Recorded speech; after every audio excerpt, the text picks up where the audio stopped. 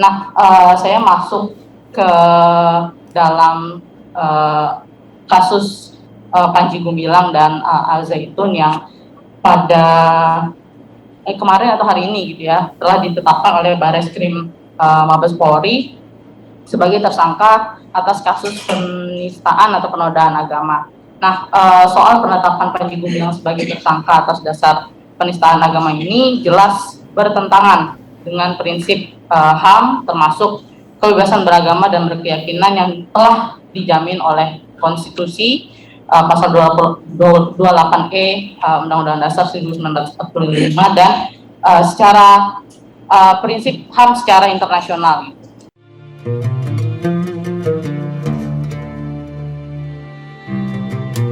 Assalamualaikum warahmatullahi wabarakatuh. Assalamualaikum warahmatullahi wabarakatuh. Jumpa lagi dengan saya Sukmahadi Al-Mandari. Baik ya ikhwah, setelah Panji Gumilang jadi tersangka dalam kasus penodaan agama, ternyata ada yang menggugat polisi ya. Mereka ini adalah orang-orang yang mendukung Panji Gumilang, tidak terima Panji Gumilang ditangkap dan statusnya sekarang jadi tersangka ya. Para pendukung Panji Gumilang ini tidak terima syekhnya ditangkap ya, bahkan ada yang berani menggugat polisi. Bayangkan coba itu. Seperti yang video yang tadi saya tampilkan ya, itu salah satu potongan video. Itu adalah konferensi pers ya dengan judul menggugat status tersangka Panji Gumilang. Sangat berani ya mereka ini. Polisi pun digugat demi membela Panji Gumilang yang jelas-jelas menista agama. Apa yang disampaikan tadi, katanya status tersangka tersebut tidak sesuai dengan hukum ya. Kenapa mereka protes seperti itu? Berikut alasannya, mari kita simak sama-sama. Dan penetapan tersangka yang dilakukan oleh Bareskrim Mabes Polri juga terlihat seperti tadi pengantar oleh Mas Towi gitu ya, dan mungkin Mas Halili juga sudah pernah menyebutkan bahwa terlihat sebagai bentuk dari ketundukan terhadap tekanan massa dan tekanan massa yang mana massa ini merupakan kelompok-kelompok mainstream, apalagi khususnya Al Zaitun ini berlokasi di Jawa Barat, yang mana mungkin dari kita semua yang melakukan monitoring gitu ya, kasus-kasus intoleransi dan pelanggaran KBB itu banyak terjadi di Jawa Barat, dan kebanyakan pelaku-pelaku yang melakukan pelanggaran tersebut adalah kelompok-kelompok mainstream yang kemudian tidak jarang dilegitimasi oleh pemerintah daerah setempat, baik di level bupati atau wali kota, bahkan gubernurnya sekalipun. Nah, langkah dari penetapan tersangka Panji Gumilang dengan pasal penistaan atau penodaan agama di 156A KUHP juga semakin memperlihatkan bahwa negara malas berpikir lebih jauh, tidak melihat perspektif yang lebih luas gitu ya, tidak menggunakan prinsip hak asasi manusia, prinsip-prinsip kebebasan beragama dan berkeyakinan, bahkan prinsip kebebasan berpendapat dan berpendapat dan berekspresi gitu ya, termasuk di dalamnya mengekspresikan pandangan atau ajaran agama yang berbeda bagi setiap warga negara. Dan dalam konteks ini juga kami melihat bahwa negara tidak mau berusaha untuk menggunakan perspektif HAM dan keberagaman yang sebenarnya telah dijamin oleh konstitusi.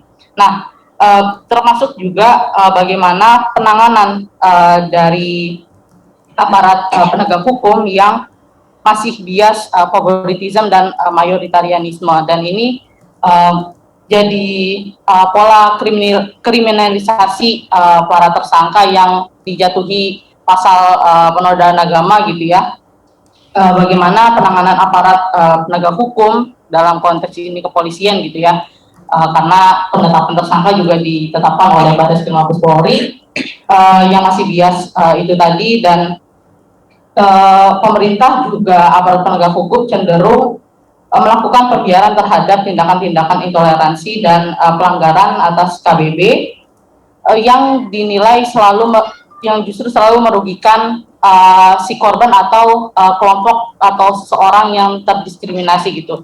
Jadi korban ini sudah mengalami tindakan intoleransi, kemudian didiskriminasi, tapi langkah yang dilakukan oleh pemerintah dan aparat penegak hukum justru semakin membuat si korban ini semakin termarginalisasi dan mengalami double victim seperti itu. Dan lagi-lagi perspektif yang belum berpihak pada korban, belum menggunakan prinsip-prinsip keberagaman, hak asasi manusia itu masih menjadi catatan merah dalam situasi dan kondisi jaminan perlindungan atas kebebasan beragama di Indonesia. Baik ikhwah, itulah alasannya ya ikhwah. Kita sudah dengar sama-sama ya, katanya negara tunduk pada sekelompok orang yang menyuarakan, ya seperti itu. Saya pikir nggak seperti itu ya. Ini kalau saya meninjau dari segi hukum ya, hukum itu tidak bisa didikte, nggak bisa diperintahkan kita menyarankan ini orang ini harus dihukum, nggak bisa lah ujuk-ujuk langsung ditangkap langsung jebloskan penjara, nggak bisa seperti itu. Kecuali kalau misalkan pencuri itu pun ada prosesnya ya, dan SOP-nya ada, itu sangat jelas, dilaporkan dulu, diperiksa, kemudian panggil saksi ahli, panggil saksinya, baru jadi terdakwa, kemudian jadi tersangka. Kalau misalkan itu terbukti, bukan ujuk-ujuk ditangkap. Hukum nggak bisa didikte ya, hukum nggak bisa ya. Kalau salah ya salah, ya sudah jelas salah ya. Terus kata dia tadi negara menjamin kebebasan beragama. Itu sangat betul sekali. Saya sangat setuju ya bahwa negara itu harus melindungi setiap orang yang beragama, bebas beribadah sesuai dengan keyakinan masing-masing.